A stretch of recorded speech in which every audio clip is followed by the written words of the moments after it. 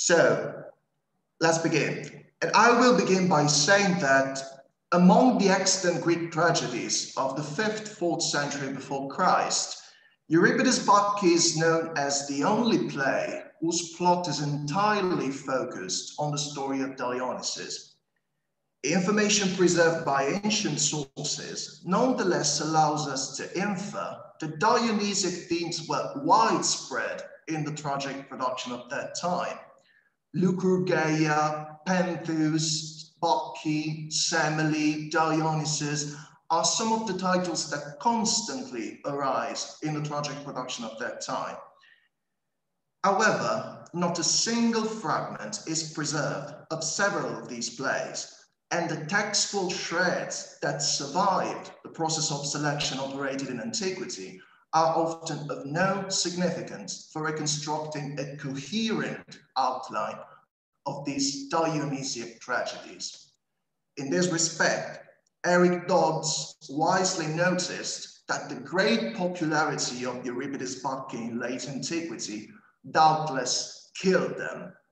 And even of Aeschylus' Dionysiac plays, our knowledge is lamentably small.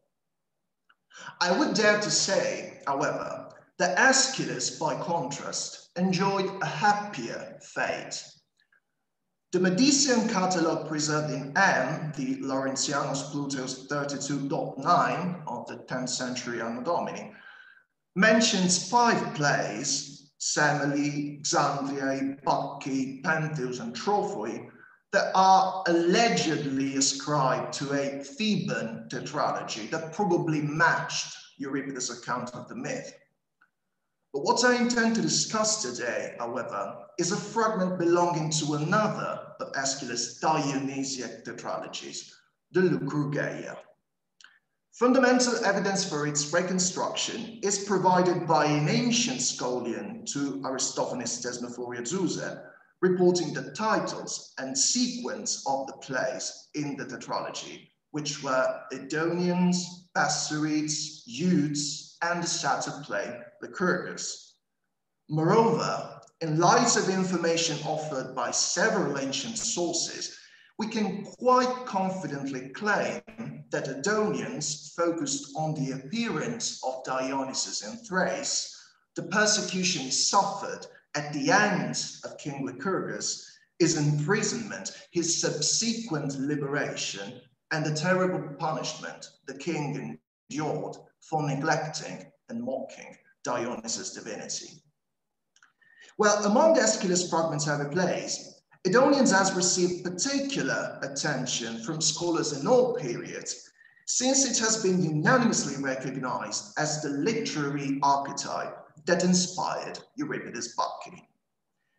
Handling the extant fragments nonetheless requires considerable effort due to problems related to the citation technique employed by the testimonia, as well as corruption in the manuscript tradition over the course of the centuries. In this respect, the fragment we shall investigate today, the fragment 60 in Broad Edition, is particularly difficult as a result of the apparently incurable corruption that afflicts it. But prior to shedding light on the textual issues related to the fragment, we must begin by reading a few lines from the parodies of Aristophanes' birds, which are indubitably crucial to our discussion. Well, in that section of the play, the chorus appear on stage disguised as birds. Their arrival is preceded, however, by the appearance of 4 extravagant figures, which have been defined by critics as the quintessence of bird's world. Pisetyrus and Euripides declare themselves flabbergasted by the peculiar color of the bird's plumage and begin to ask themselves which species they actually belong to. The first, with its flamboyantly crimson feathering, is a flamingo, and the second looks bizarre to the fugitive's eyes as well. I'm reading this section of the Aristophanic text in Jeffrey Anderson's translation. Euripides says, "Here's another bird," and Pisetyrus replies, "Oh yes, there's another one, and is also garbed in eccentric color. Now, who can this static songster be? This outlandish mountain walker, tis potest omsomantis, atopos ornis Euripides. And Opupa replies, this bird is called a mead. And Euripides, a mead? Lord Heracles, but if it's really a mead, how did it fly here without a camo? Pythagoras thus calls this second bird a musomantis, a Vatic songster, a songful seer, which is not an originally Aristophanic word, but a compound that the comedian takes from Aeschylus' Edonians, as the related Scholion and the lemma from the pseudo-lexicon clearly testify. As you can see from the slide, the final section of both the glosses is remarkably similar and contains the Aeschylean quotation we are discussing about. Parata exedonon Aeschylus tis potestai omusomantis allos abratus on stene, which is the corrupt part we are talking about today. The editorial assessment is, of course, the one established by Holwerda for the Aristophanic Scholia to birds and by Ada Adler for the Suda gloss. We can thus deduce that the question Pythagoras addresses to the second bird that appeared on stage is closely modeled on the tragic hypertext. It goes without saying that the boundaries of the quotation are not completely clear. However, despite the linguistic reworking of Aristophanes' parody, we can be confident that the first half of line 276, tis potest omusomantis, is accurately cited from Aeschylus' Edonians, as the Scholion and Suda confirm, as well as other words from that line are likely to have been forged in the manner of Aeschylus. Given the meager evidence we possess, it is extremely difficult to determine who this musomantis might be, nor can we securely define the performance context of the fragment, which is a trochaic tetrameter, under a metrical perspective. Scholars are inclined to believe that it is to be attributed to Lycurgus, asking himself about the identity of Dionysius or one of his devotees. Unfortunately, none of the surviving elements seems to confirm this scenario. Well, the dramatic context of the fragment is thus certainly blurry, but even more obscure is its textual tradition. The first half of the line is not problematic, since it is unanimously transmitted by all of the testimonia we have recollected so far. Establishing the critical text of the second half, on the other hand, turns out to be particularly difficult, since the text handed down by the manuscripts is visibly damaged. From the 18th century up to recent times, all editors of Aeschylus have indeed printed this section of the fragment between cruces, or tried to amend it, sometimes brilliantly, in an attempt to heal the corruption. Stefan Rath, the most authoritative editor of Aeschylus fragments nowadays, printed it as follows, with the second section of the fragment between cruces dispersiones. As I see it, however, the corruption can be at least partially corrected. Rath and Holwerda, and more recently Alan Sommerstein in his Loeb edition of 2008, printed the reading allos. But this is actually an editorial assessment that a more accurate exploration of Aristophanes' manuscripts and their internal stematic connections leads me to find unpersuasive. The constitution of the text is indeed founded on the collation of 4 manuscripts, and 3 of them, which are Gamma, the Laurentianus Plutus 31.15, LH, the Alcamensis Grecus 88, which is a triclinian manuscript, and M9, the Ambrosianus L41 Superior, transmit the variant reading alalos, which literally means mute, silent, whereas allos is handed down solely by V, the Marcianus Gregus 474, one of the eldest manuscripts of Aristophanes' medieval paradises. Well, this textual agreement in a lectio difficilio between three of the four exemplars reporting the fragment could be legitimately be regarded as proof that alalos is the genuine Aeschylean text. But I'd like to draw your attention to further elements insufficiently highlighted by previous critics, which I deem capable of offering substantial support to this argument. Well, a careful examination of the aforementioned scholium in Gamma proves, in my opinion, extremely beneficial for clarifying the complex tradition of this fragment. Editors have long acknowledged that the scholastic corpus transmitted by Gamma results from a chaotic assembly of various exegetical materials. Three different scribes, Gamma 1, Gamma 2, and Gamma 3, have indeed contributed to the transcription of the scholia in the Codex, not to mention those written by the main scribe of the Aristophanic text, whose siglum in Holwerda Sud is simply Gamma. Well, in this particular case, the first hemistich, tis potest onus amantis, as you can see from the slide, is transcribed by Gamma, whereas the remaining part of the tetrameter, the corrupt one, is due to Gamma 3, whose eclectic aptitude as a scribe, reviewer, and reader of the Aristophanic text was sharply noted by Holwerda in his edition. Nonetheless, what I find more curious and potentially illuminating for the subject of our discussion is the textual assessment the scholium exhibits in the Laurentianus, which inclines me to believe that Gamma 3 detected an error in the antigraph it was copying from. Please look at it with me now. This is the folio 124 recto of the Laurentianus, and autoptic examination of this folio allows us to make some interesting observation about the textual transmission of the variants I previously mentioned, allos and alalos. As you can see from the slide, the second hemistich of the Aeschylean tetrameter is juxtaposed to the main body of the scholium, is here.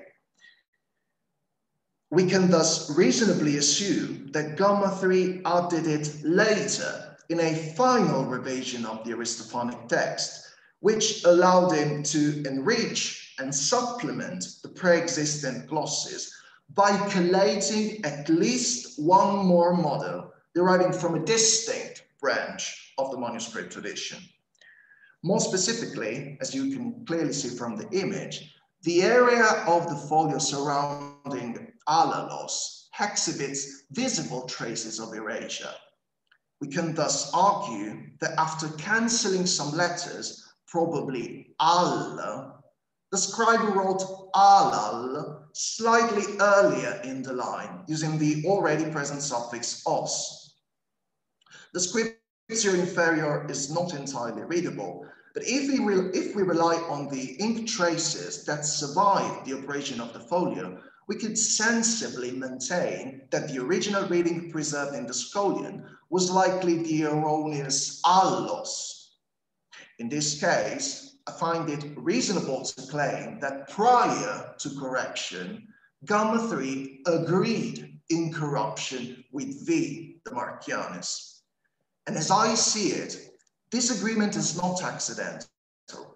When reconstructing the genetic connections among Aristophanes' extant manuscripts with relation to the transmission of the scholia to birds, Holwerda sharply pointed out the stemmatic proximity between the Laurentianus and the Venetes. What you are seeing right now is the stemma codicum taken from Holwerda's edition, with a bit of integration I deemed necessary to clarify the genetic connection between E, the Estensis Gregus 127, and its direct apograph M9, the Ambrosianus, which is a Codex Descriptus. LH that is a copy of Demetrius Triclinius' edition of Aristophanes' plays, was rightfully excluded from the stemma, since it is quite eclectic and contaminates reading deriving from different branches of the medieval paradises. Well, examination of the variant readings, along with their distribution in the stemma, brings us to some consideration. In this section of Aristophanes' text, we unfortunately lack manuscript E, the Ostensis, which lost the pages containing the section of the Aristophanic text and the related scholia we are discussing about today. It is replaced, as I said before, by its apograph, M9, which has alalos. The first stand of the Laurentianus, gamma, as I said before, broke off after coping the first demistage, perhaps feeling that the following words were corrupt or difficult to decipher in its model. V, the Marcianus as allos. R, the Ravennas Placensis 429 of the 10th century Anno Domini, lacks the scholia. So from the extant manuscripts and the stematic connections they suggest, we can thus deduce that the sole manuscript that originally reported the genuine reading alalos was the Ostensis, as attested by M9. And in addition to this, alalos is transmitted also by the Aldin edition by Marcus Musurus, who had the extensis among his exemplars. With regard to the archetype epsilon, I tend to believe that it reported the same reading attested in E, that is, the Lectio Difficilio alalos, given their remarkable proximity in the stemma. So the textual intervention of gamma 3 accordingly appears to me extremely significant, since it testifies that gamma 3, as a scribe, reviewer, and reader of Aristophanes, was capable not only of integrating the defective scholium transcribed by gamma in earlier stages of the transmission of the gloss, but also of amending the text it was copying from.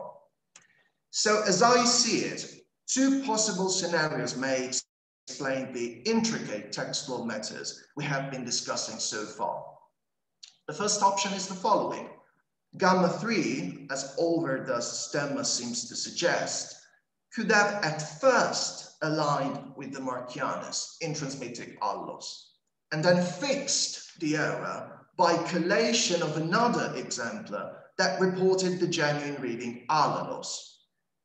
In light of the textual tradition I have attempted to describe so far, this reconstruction sounds far more credible than regarding the emendation as a brilliant conjecture by gamma 3. But there is also another option, that is, gamma 3 may have found the genuine alalos in the model from which he was scoping, but ended up in trivializing it by haplography into the more common alalos, which could in that case be exactly what happened to the scribe of B as well. Afterwards, he realized the corruption and amended accordingly. So it is thus complicated to determine accurately the phase of the textual transmission in which the corruption originated, whether in the hypoarchetype epsilon 1 or in the Marcianus and in gamma 3 prior to correction, independent of each other, while coping from an antigraph still unaffected by the error. In conclusion, the genuine reading attested in the Laurentianus could be either the result of a process of contamination with models deriving from a different branch of the medieval paradises, or evidence of the immediate repentance of the scribe, who amended the text while transcribing his model. However, what we can confidently claim is that the occurrence of alalos in gamma 3 after correction, M9, the Ambrosianus, and LH, the Orchomensis Gregus 88, must not be neglected, as previous editors seem to have been inclined to do.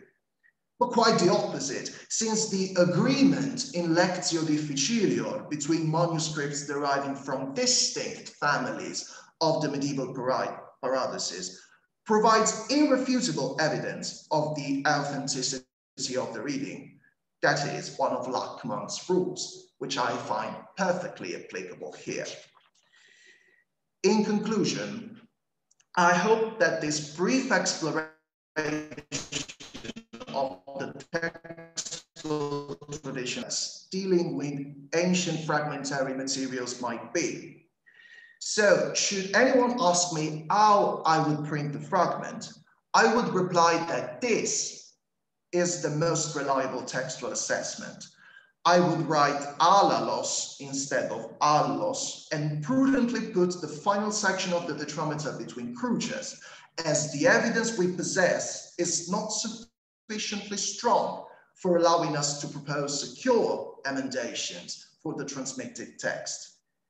It would have been interesting to evaluate here some equally challenging exegetical aspects connected to the plausibility of alalos in Aeschylus usus scribendi and to the final part of the fragment. But time is running out, and I totally agree with Markham Eade, claiming that the greatest wisdom of those who work on lost plays is the knowledge of when to fall silent. And I guess it's time for me to turn silent as well. Thank you.